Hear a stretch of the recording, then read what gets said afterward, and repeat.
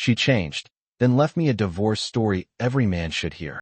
I never thought I'd be the kind of man to sit in his car, late at night, staring at the empty driveway of the house I used to call home. But here I am. Just me, my coffee gone cold, and the echo of a door that shut for the last time. My ex-wife changed, slowly, silently, and in ways that broke me long before she asked for the divorce. And today, for the first time, I want to tell that story. Not because I'm bitter, not because I want pity, but because I know there's someone out there who feels what I felt, who's watching the person they love disappear right in front of them, and they don't know what to do next. We met on a rainy afternoon in a bookstore. I remember she was standing in the psychology section, flipping through a book on emotional intelligence. I made some awkward comment about the weather.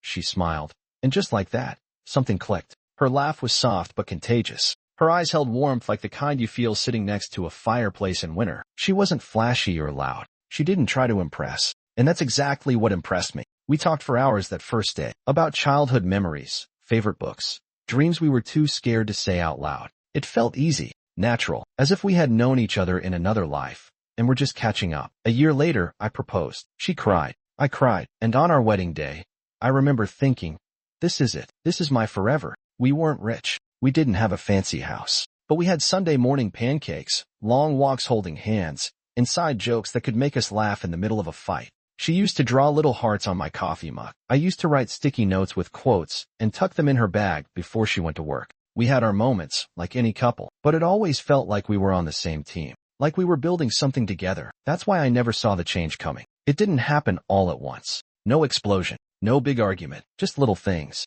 quiet things, things you can only notice when you really love someone. She stopped laughing at my jokes. She used to look at me like I was the most interesting person in the world. Now, her eyes were always somewhere else, on her phone, the TV, the floor, anywhere but me. Our conversations got shorter, colder. She used to ask me about my day like it truly mattered. Now, it felt like she was checking off a box. I remember one night, I was telling her about a tough meeting I had at work. She looked at me, nodded politely, and said, That hit me like a slap. Not because it was me, but because it was empty. She started going out more. Book club, yoga class, weekend retreats. I wanted to be happy for her, to support her growth, but I couldn't shake the feeling that she was growing away from me. Her laughter changed. It became louder, more animated, but only when I wasn't the one making her laugh. She changed her wardrobe, started wearing colors she used to say she didn't like, started talking about dreams she never mentioned before, started following new influencers, reading self-help books, journaling every night. And at first, I thought, maybe this is good. Maybe she's just evolving. Maybe I should evolve too. But deep down, I knew something fundamental had shifted. I was still in the marriage, but she was already somewhere else. I didn't want to believe it. That the woman I fell in love with, the woman who once called me her safe place, was now drifting away. So I did what anyone would do when they're afraid to lose someone they love. I tried harder. I started making breakfast again, like I used to when we first moved in together. I'd wake up early, cook her favorite eggs with that little bit of paprika she liked, place it on the table with a note, "For the love of my life." She smiled, politely, said thanks, but her eyes didn't soften the way they used to. I planned a weekend trip, just us two, a cabin in the woods, the place we once said we'd retire to someday. She came, but her mind didn't. We sat by the fire, and I asked her, "Are you happy?" She looked at the flames for a long time and whispered, "I think I'm trying to be." I bought her flowers. She said they were pretty, but added, "You don't need to buy me things." I asked her to dance with me in the kitchen like we used to. She said, "Maybe later," but later never came. I tried therapy. I begged for us to go. She said, "I'm not sure therapy can fix something that's already changed." I wrote her letters, honest ones, painful ones. I told her how I missed her, how I missed us, how I would do anything to fight for what we built. She read them. I know she did, but she never wrote back. I started to realize, you can't hold on to someone who doesn't want to be held. You can't pour love into someone who's already emptied their heart for you. I was loving her with all my might, but I was the only one trying. I remember that night so clearly. There was no rain, no storm on the horizon, just quiet, too quiet. She sat across from me at the dinner table. Nothing special, 2 plates, 2 glasses of water, the pasta I had just made. But she didn't eat, just stirred the noodles with her fork. Eyes fixed on the plate like it held all the answers. I could feel it.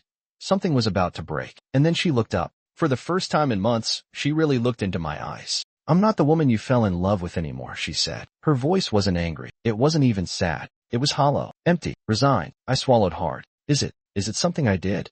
She shook her head slowly. "It's no one's fault. I've just changed. But we loved each other, I said. We've been through so much together. She nodded gently. And I'm grateful for all of it. I am. But you deserve someone who loves you, not just someone holding on to the past. That sentence. It didn't hit like a slap. It cut like silence, slow, deep, and merciless. I want a divorce, she said. And with those 4 words, the world went silent. Like time itself had paused. I didn't yell. I didn't beg. Because deep down, I knew. I had tried. I had held on. But love, when only one person is holding on, it slips through your fingers like sand, no matter how tightly you grasp. After she left, the silence in the house didn't feel peaceful. It felt loud, deafening. Every room whispered her name. The scent of her perfume still lingered on the pillow. Her coffee mug was still in the sink. Her slippers by the door, untouched, as if she might come back any second. But she didn't. The first morning, I woke up and forgot she was gone. I reached over to her side of the bed. Empty. That's when it hit me. She wasn't on a trip. She wasn't angry. She wasn't coming home. My heart cracked open in a way I didn't think was possible at this age. You think breakups hurt when you're young? Try losing your partner after decades. After building a life, a routine, inside jokes, Sunday grocery runs, and quiet evenings on the couch. I stopped shaving, forgot to eat. I barely spoke to anyone for days. Just moved from the bed to the couch and back again. Friends checked in, but I couldn't answer. What was I supposed to say? Hey, I'm fine. No, I wasn't fine. I was unraveling. I looked at old photos, the ones from our first trip together, our wedding day, our dog's first birthday. I tried to find a clue, some sign of when she began to drift away. But there was nothing, just smiles, just love. And then, suddenly, silence. Nights were the worst. That's when memories turned into ghosts. And ghosts don't sleep. I missed the way she used to hum in the kitchen, the way her hand would brush mine when we passed each other in the hallway. I even missed the little arguments about what movie to watch. You don't realize how much a person fills your world until their absence echoes in every corner of it. I wasn't just mourning the loss of her. I was mourning the version of me that existed with her. The man who felt needed, loved, anchored. And now? I was drifting. It's strange, isn't it? How life just goes on, even when you feel like you've been left behind. The world doesn't stop turning when your heart shatters. The sun rises, the coffee brews, and people go about their days. But you're stuck in time. At first, I didn't know how to move. I stayed frozen, unsure of what came next. I thought time itself would heal me, but it didn't. Time didn't heal the wounds. It just made them harder to ignore. Then one day, something inside me clicked. I couldn't keep living like this. I had to find a way out. Not for her, not for anyone else, but for me. I started small. I made myself breakfast. Simple things. I showered, a small act that felt monumental. I reached out to a friend, someone who had always been there, even in my darkest days. Talking to them felt like a breath of fresh air. It wasn't magic. It wasn't a miracle. It was just me trying again. The hardest part? Facing the truth about what had happened. She had changed. She had left. But I was still here. Still alive. Still worthy of love and respect. And I had to remember that. I began walking. Not for fitness, but for my soul. Every step felt like reclaiming a small piece of myself. With each walk, I found more clarity, more space to breathe, and less of the anger that had been boiling inside me. I began journaling, pouring my thoughts out onto paper. It didn't matter if it didn't make sense. It didn't matter if I cried. What mattered was that I was acknowledging the pain instead of burying it deeper. Slowly, I started to rediscover who I was without her. I was a man who could stand tall, even after falling. A man who could laugh again, even if it was just a little at first. I was a man who could heal, if I allowed myself the grace to do so. The road ahead was still long. I wasn't cured overnight, but I knew one thing: I was moving forward. The world had felt so much smaller when I was in that relationship. My world had revolved around her, and when she was gone, it felt like the earth itself had shifted beneath my feet. But slowly, something remarkable began to happen. I started finding pieces of myself that had been lost. Not pieces she had taken, but parts of me that I had forgotten about in my devotion to her. I found my love for music again, something I hadn't realized had faded over the years. I dusted off the guitar that had been sitting in the corner of the room, neglected, and strummed out the first few chords of a song I'd written long ago. It felt strange at first, but soon the music flowed, just like it used to. It felt like a voice inside me was waking up, when I hadn't heard in years. I also rediscovered my old friends. Friends who had always been there, waiting for me to return to them. Friends who never judged me for the time I'd spent away, for the way I had shut myself off from the world. I began to spend more time with them, laughing, sharing memories, and creating new ones. I realized that I had neglected the relationships that had once meant everything to me. These friendships were a lifeline, a reminder that I was never truly alone. Over time, I began dating again cautiously, of course. At first, the thought of being with someone else felt impossible. How could I ever let someone else in after what had happened? But life has a way of surprising you. I met someone kind, someone who listened, who saw me for who I truly was, not who I had been in my marriage, but who I had become after everything. With this new person, I found that love was possible again. It wasn't the same. It wasn't about replacing what had been lost. It was about creating something new, a new love, a new chance. But the most important part of this journey wasn't the new relationship. It was the relationship I was building with myself. I had become someone different, not better, not worse, just different. And that was okay. In fact, it was more than okay. It was necessary. The pain was still there, yes, but it no longer defined me. I had learned to embrace it, to accept that I had been hurt, but that I could heal. I learned that healing wasn't about forgetting the past. It was about finding peace in spite of it. I learned that I didn't need her validation to feel complete. I didn't need anyone to tell me I was worthy. I had already proven that to myself. And slowly, I began to realize the world was mine to create. I didn't need anyone's approval to live my life the way I wanted to. I had everything I needed inside of me. As time passed, I started to see things differently. I had done the hard work of finding myself again, and now I faced a new challenge: forgiveness. It wasn't something I wanted to do, not at first. How could I forgive her after everything? After the pain, the betrayal, the sudden shift in her personality, and the way our lives had been torn apart? But I soon realized that forgiveness wasn't about excusing what had happened. It wasn't about pretending it didn't hurt. Forgiveness wasn't for her. It was for me. It was the key to unlocking the final door of my healing.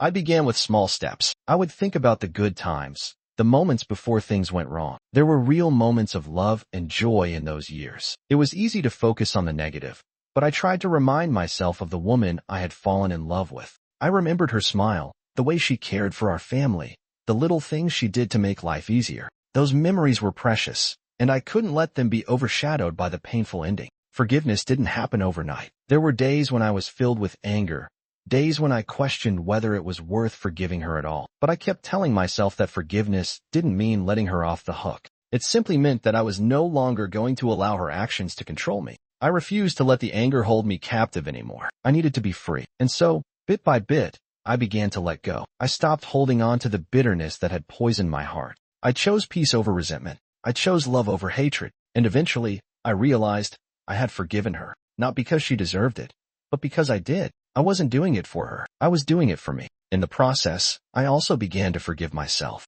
I forgave myself for the mistakes I had made in the marriage, for not seeing the signs sooner, for staying when I should have walked away. I forgave myself for the things I had allowed to happen, for the moments when I didn't speak up, when I didn't set boundaries. Forgiveness is a gift, but it's not something you can give overnight. It's something you work toward, one step at a time. And when you finally reach that point, you realize that forgiveness doesn't just set the other person free, it sets you free too. I still don't have all the answers, but I know that by forgiving her, by forgiving myself, I have found a measure of peace. I've learned that peace isn't the absence of pain. It's the presence of grace, acceptance, and love for yourself and others. After all the pain, after the forgiveness, and after the hard work of healing, I finally reached a point where I could look forward. For so long, my world had been consumed by the past, by the hurt, the changes, the struggles. But something inside me clicked. The road ahead was no longer dark. I could finally see the light, and it wasn't just a distant speck. It was right there in front of me,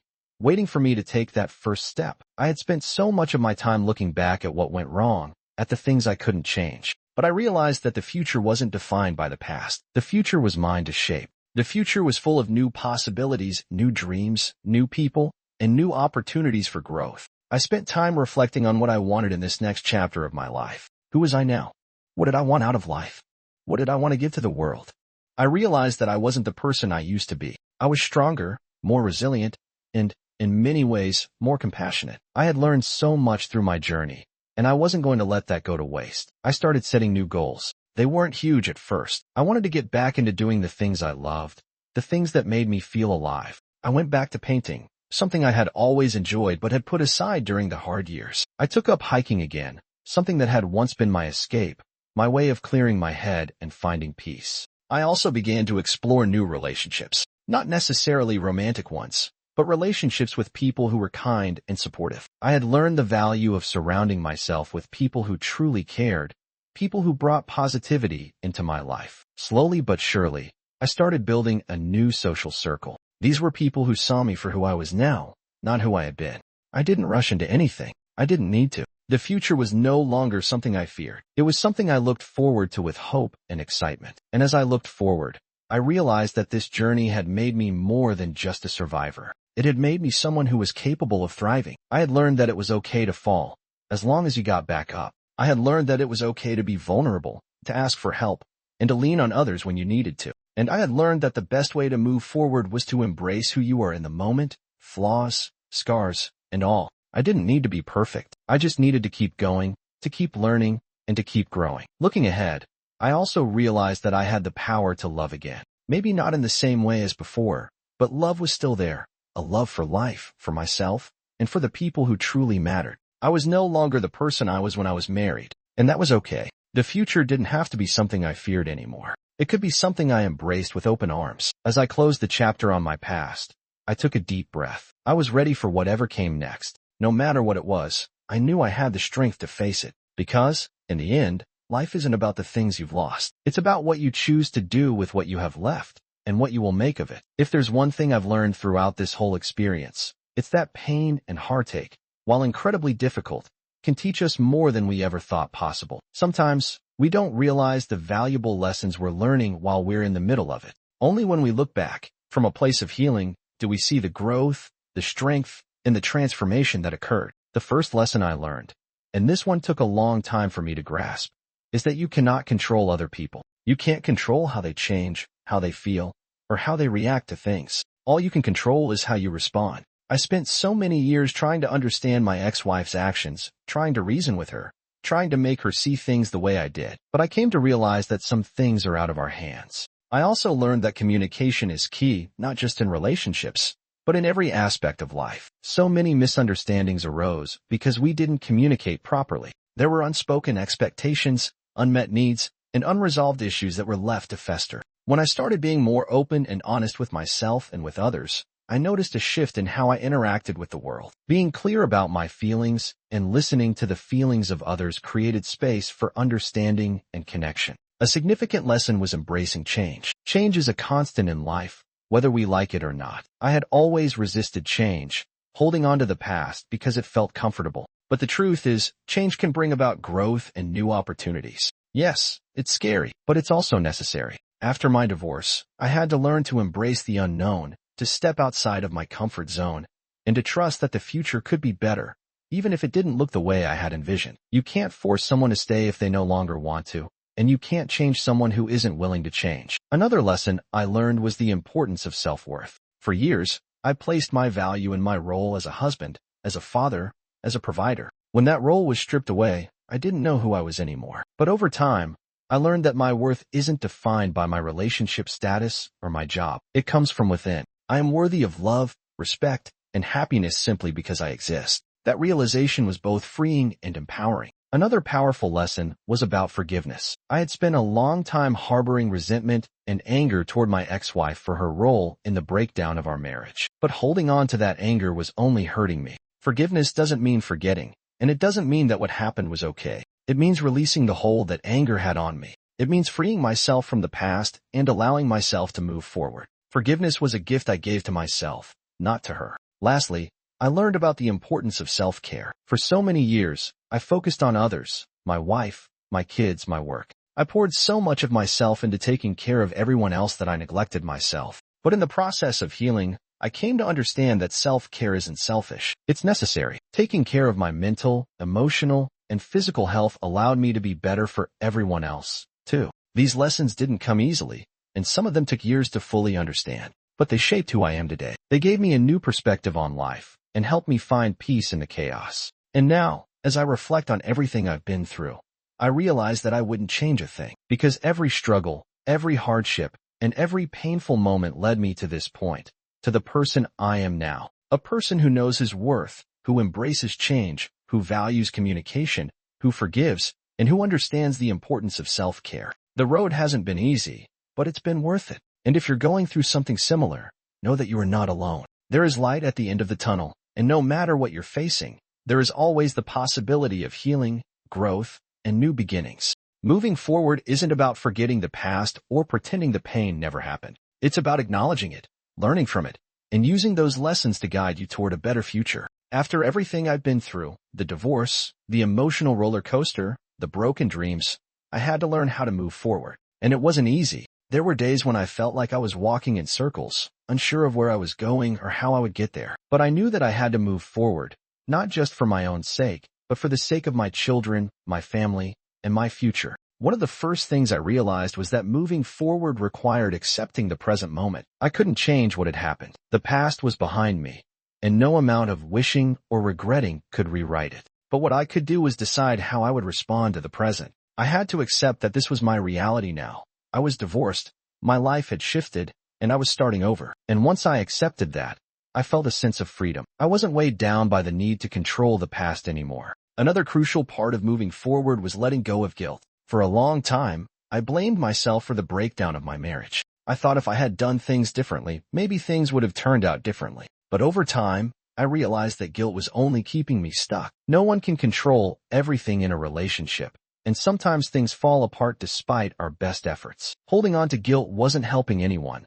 least of all me. So, I made the decision to forgive myself and release the guilt. It wasn't easy, but it was necessary.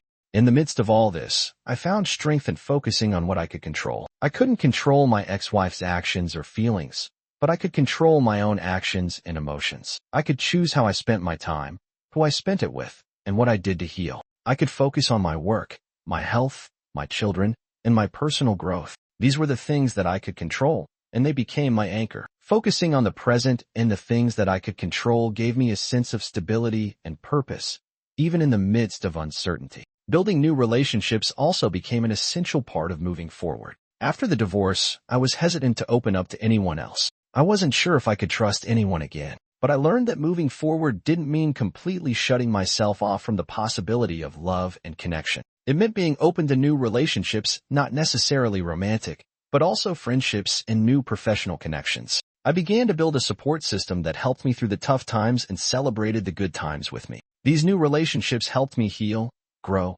and reminded me that I wasn't alone in this journey. And then there was rediscovering my passions. When you're caught up in the whirlwind of a relationship, especially one that goes through difficult times, it's easy to lose sight of what truly makes you happy. I had spent so many years focused on my marriage, trying to keep things together, that I had neglected the things I once loved. Once the divorce was finalized, I started to rediscover those passions, whether it was playing guitar, traveling, or even reading more books. Rediscovering my passions was like finding pieces of myself that had been buried for years. It brought me joy, peace, and a sense of fulfillment that I hadn't felt in a long time.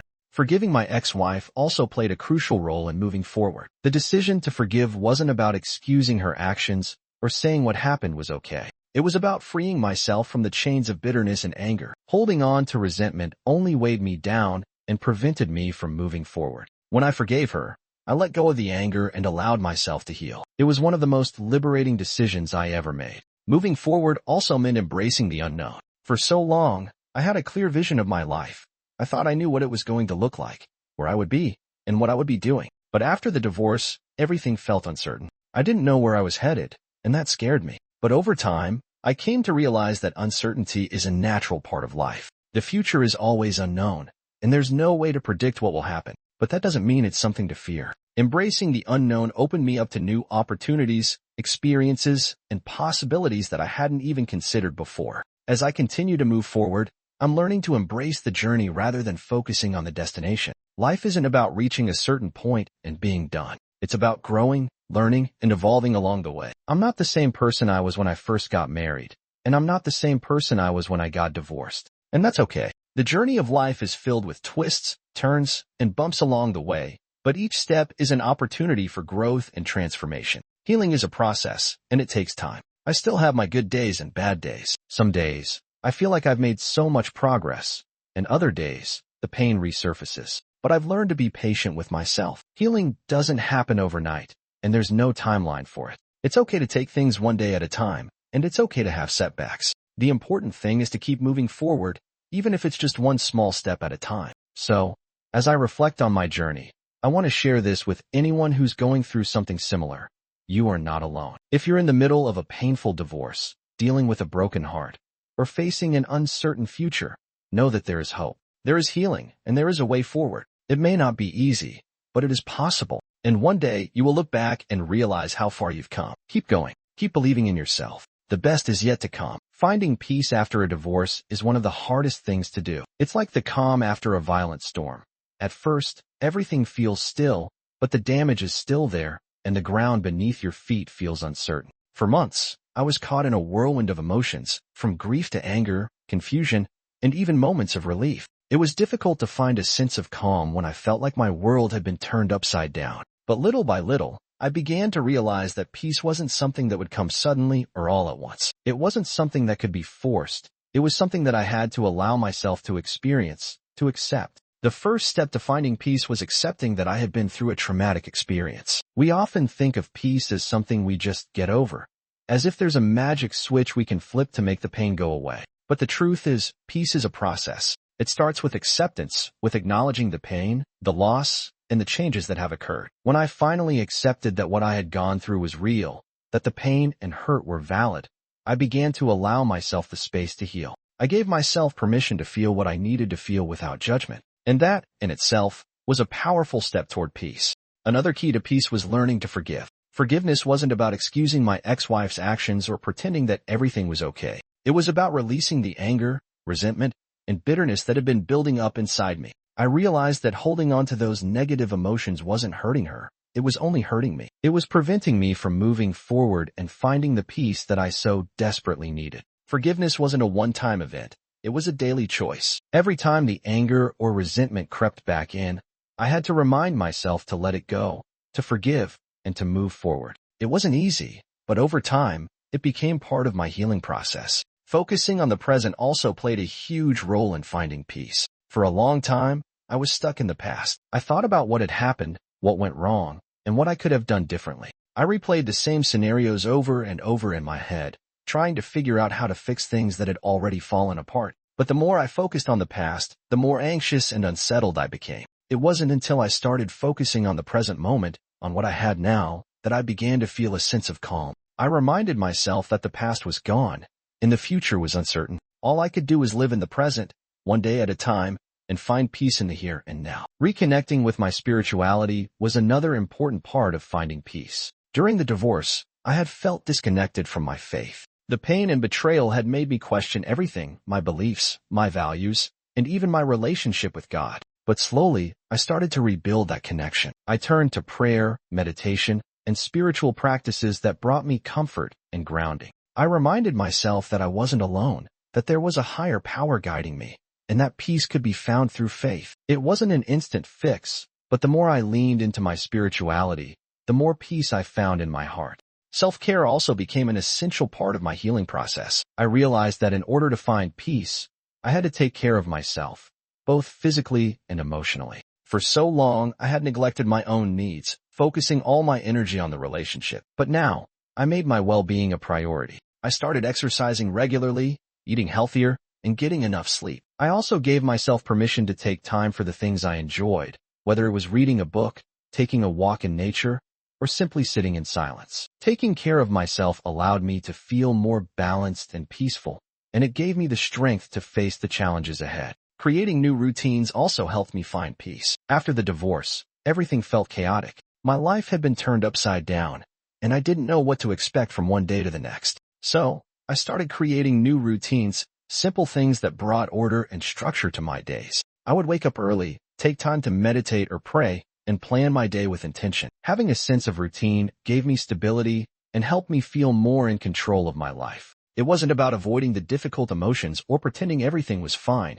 It was about finding balance amidst the chaos. Letting go of perfection was also crucial in my journey to peace. For a long time, I tried to be perfect. I thought I had to have it all together, to be strong all the time, to be the perfect ex-husband, the perfect father, the perfect person. But I realized that perfection is an illusion. No one is perfect, and trying to live up to that unrealistic standard only caused more stress and frustration. I gave myself permission to be imperfect, to make mistakes, and to learn along the way. The more I embraced my imperfections, the more peace I found in simply being myself. Gratitude was another powerful tool in my journey to peace. Despite everything that had happened, I still had so much to be grateful for. I had my children, my health, my friends, and my faith. I began to focus on the things that were good in my life, rather than the things that were missing. Gratitude shifted my perspective and helped me see the blessings in the midst of the challenges. It brought me peace to realize that even though I had been through a difficult journey, I had so much to be thankful for.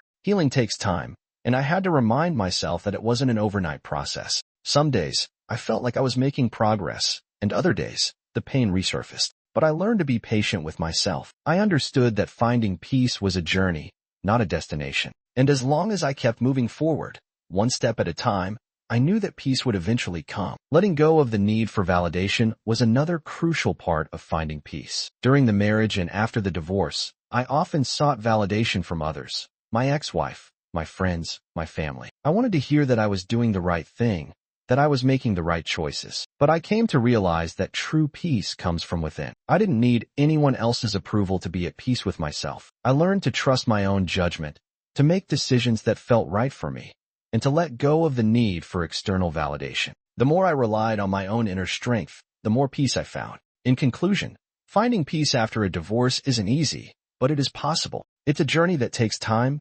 patience, and self-compassion. But with each step, you can move closer to a place of healing and tranquility. If you're going through a difficult time, remember that peace is within your reach. It may take time, but if you keep working on it, one day at a time, you will find it. Keep believing in yourself, and trust that peace will come, even after the storm. As I stand here today, reflecting on everything that has happened, I realize that the end of one chapter doesn't necessarily mean the end of the story. Yes, my marriage ended, and yes, I faced profound challenges, but in many ways, that was only the beginning of something new. The journey I've walked through, the pain, the growth, the healing, has shaped me into a stronger, more compassionate person. I've learned that life has a way of pushing us to our limits, but it also gives us the strength to rise again. If you're facing your own difficult time, know that you're not alone. We all experience pain, loss, and change, but it's through these challenges that we often find our greatest strength. Remember this: you are not defined by your past. You are not defined by your mistakes or the mistakes of others. You are not defined by the chapters that have come before. You are defined by the choices you make today, by the person you are becoming, and by the hope you carry for the future. Embrace the new beginnings that life offers. There is beauty, love, and peace waiting for you just around the corner. Keep moving forward with faith and courage, and trust that your best days are ahead of you. And as we close today, I want to leave you with this final thought. You have the power to create your own peace, your own happiness, and your own future. It's never too late to start over. And the journey toward healing and new beginnings begins with a single step, a step toward the person you are meant to be.